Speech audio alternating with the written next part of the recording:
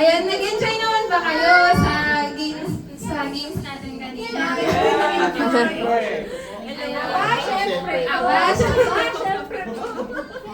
So, ayun, this time, magbibigay po tayo ng ating messages para sa couple and kung ano yung ma-advise natin sa kanila being a new parents, ano bang preparation nila, ano bang expectations, ano ba dapat yung ma-feel nila during this times of excitement.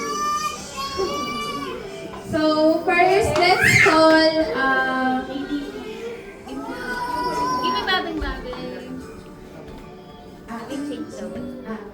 so, let's first start with our new household. So, ano yung gulat bro? Ayan. So, let's call Brother Julius. Ano bang ma-advise natin sa ating couple? Gusto ko sa lahat. Sa amang couple, sabi nga sa Bible, children are gift and reward from God. So, isa ito sa pinakamalaking blessing na binigay ni Lord for sure sa inyo.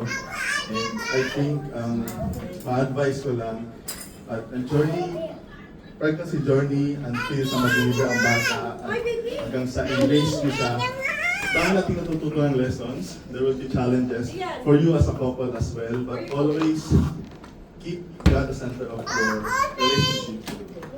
Sabi nga nila, always create the perfect love triangle with the Lord. Kasi kahit ano man yung problema na darating sa buhay natin, for us as a couple din, I remember nung first time kami nagkaanak, yung di pa namin alam anong gagawin, may mga time na nag-lose yung patience natin, nagkakaroon tayo na kami as a couple, but yun lang, always make sure na andun pa rin yung relationship with the Lord kasi siya ang mag-aayos sa buhay natin. And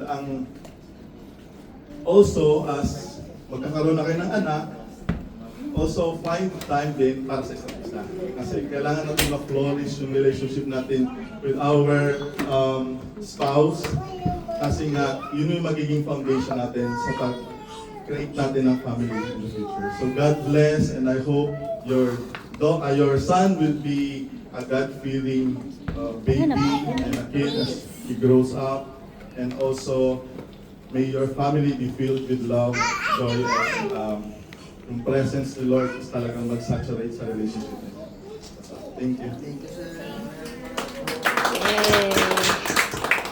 Nakatouch naman, pati kami na-touch. Find time daw for each other. Kailangan manood ng fantastic.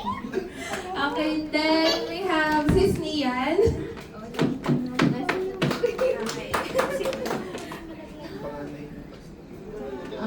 First of all, we thank Lord for the miracle of new life Christ in His life.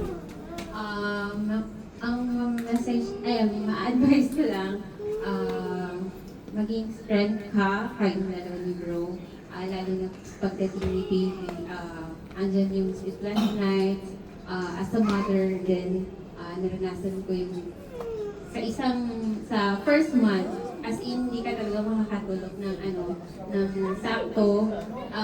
Basta maging matatag ka lang para sa baby mo kay baby Ethan. And magtulungan kayo sa pag-aalaga. Kasi minsan, as in, wala talagang magiging tulog si Sis. So, tulungan kayong dalawa.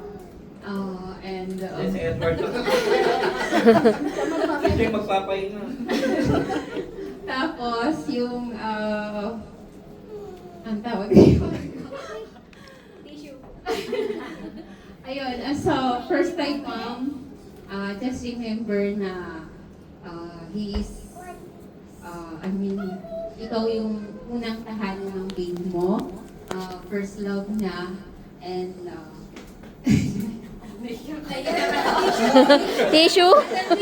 Tissue po. ikaw yung kasi Nag-share. as a first time mom kasi, as in, ibibigay mo talaga lahat sa anak mo. So, yun lang, maging matatag kayong dalawa and be strong. And sa panganak mo, sana maging safe and smooth ang delivery mo.